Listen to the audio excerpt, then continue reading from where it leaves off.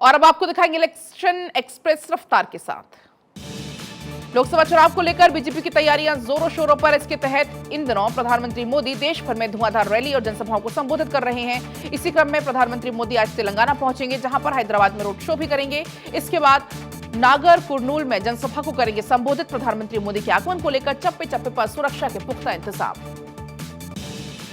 लोकसभा चुनाव को लेकर बीजेपी के वरिष्ठ नेता और रक्षा मंत्री राजनाथ सिंह आज जाएंगे झारखंड। दोपहर 12 बजे मां भद्रकाली मंदिर में पूजा अर्चना करने के बाद वहां से चतरा के इटखोरी में लोकसभा का चुनावी शंखनाद करते हुए नजर आएंगे। इसके तहत बूथ स्तरीय कार्यकर्ता सम्मेलन को संबोधित करेंगे।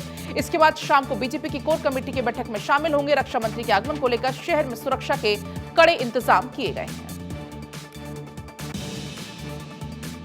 आज दिल्ली में कांग्रेस सीईसी की बैठक होगी। सूत्रों के मुताबिक बैठक के बाद कांग्रेस एमपी की सभी सीटों पर अपने प्रत्याशी का ऐलान कर सकती है। आपको बता दें कि दूसरी लिस्ट में कांग्रेस ने मध्य प्रदेश की 10 सीटों पर कैंडिडेट्स घोषित किए थे।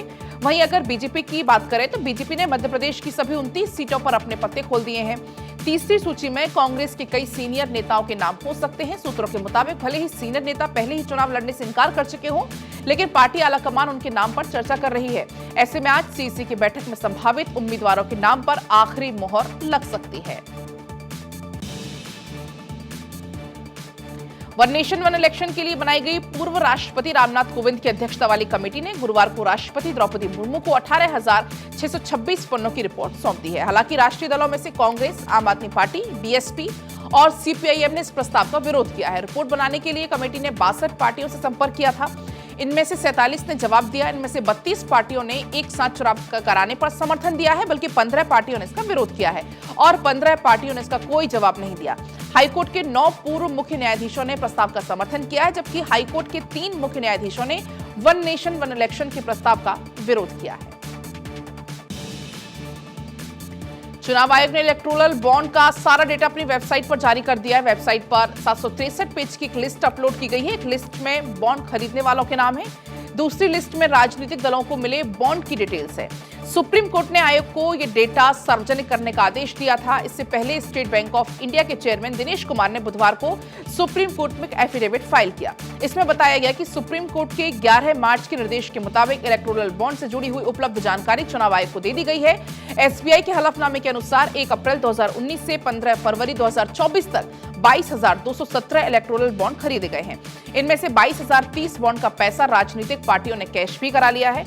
पार्टियों ने 15 दिन की वैलिडिटी के भीतर 187 बॉन्ड का कैश नहीं किया।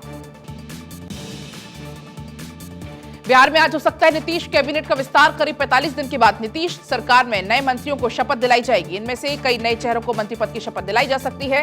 वहीं सूत्रों की माने तो महागठबंधन सरकार में जेडीयू कोटे से मंत्री रहे लोगों को फिर से मंत्रिमंडल में जगह मिल सकती है। अभी नीतीश कुमार समेत कुल 9 मंत्री हैं, जिसमें से बीजेपी कोटे के 2 डिप्टी सीएम सम्राट चौधरी और विजय सिन्हा भी शामिल हैं। इन सब ने 28 जनवरी को शपथ ली थी। बिहार में 36 मंत्री हो सकते हैं। अभी सीएम समेत कुल 9 मंत्री। इसका मतलब यह हुआ कि 27 नेताओं को मंत्रिमंडल में जगह अभी मिल सकती है। दिल्ली में आला नेताओं से मुलाकात के बाद अब हरियाणा के नए मुख्यमंत्री नायब सैनी के मंत्रिमंडल का विस्तार आज हो सकता है। सूत्रों के हवाले से नाराज चल रहे अनिल विज के साथ साथ पार्टी के नए चेहरे भी मंत्रिमंडल में शामिल हो सकते हैं। लोकसभा चुनाव को लेकर लगने वाली आचार संहिता से पहले ही पार्टी मंत्रिमंडल का विस्तार करना चाह रही है और ऐसे में आज मंत्रिमंडल का विस्तार संभव है। हालांकि दिल्ली दौरे पर पीएम मोदी से मुलाकात के बाद हरियाणा सीएम ने कहा है कि हरियाणा में मंत्रिमंडल के विस्तार पर चर्चा हुई है। पश्चिम बंगाल की मुख्यमंत्री और टीएमसी की अध्यक्ष ममता बनर्जी को लोकसभा चुनाव से पहले झटके पर झटके लग रहे हैं। 2 साल पहले बीजेपी से टीएमसी में शामिल होने वाले बैरकपुर से सांसद अर्जुन सिंह आज बीजेपी में वापस शामिल होने जा रहे हैं। सूत्रों के अनुसार टीएमसी द्वारा टिकट नहीं दिए जाने पर नाराज वो चल रहे थे। उन्होंने 2019 में बैरकपुर लोकसभा सीट से बीजेपी कैंडिडेट के रूप में जीत दर्ज की थी और बाद में तृणमूल कांग्रेस में शामिल हो गए थे।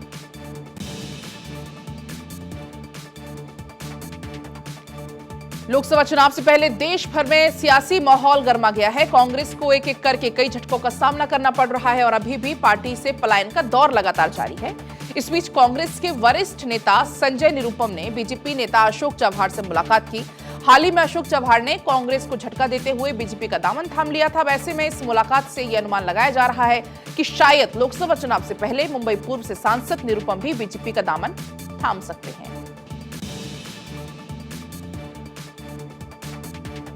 पिछले दिनों विपक्ष की कई पार्टियों के द्वारा मिलकर बनाया गया इंडी गठबंधन देश के कई राज्यों में बिखरता हुआ नजर आ रहा है।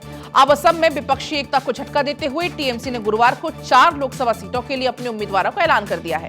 इसके अलावा अन्य बीजेपी विरोधी पार्टियां पहले ही कैंडिडेट्स के नामों का ऐलान कर चुकी हैं। सोशल मीडिया पोस्ट के जरिए कोकराझार, बारपेटा, लखीमपुर, सिलचर की सीटों पर उम्मीदवारों की लिस्ट जारी की गई है।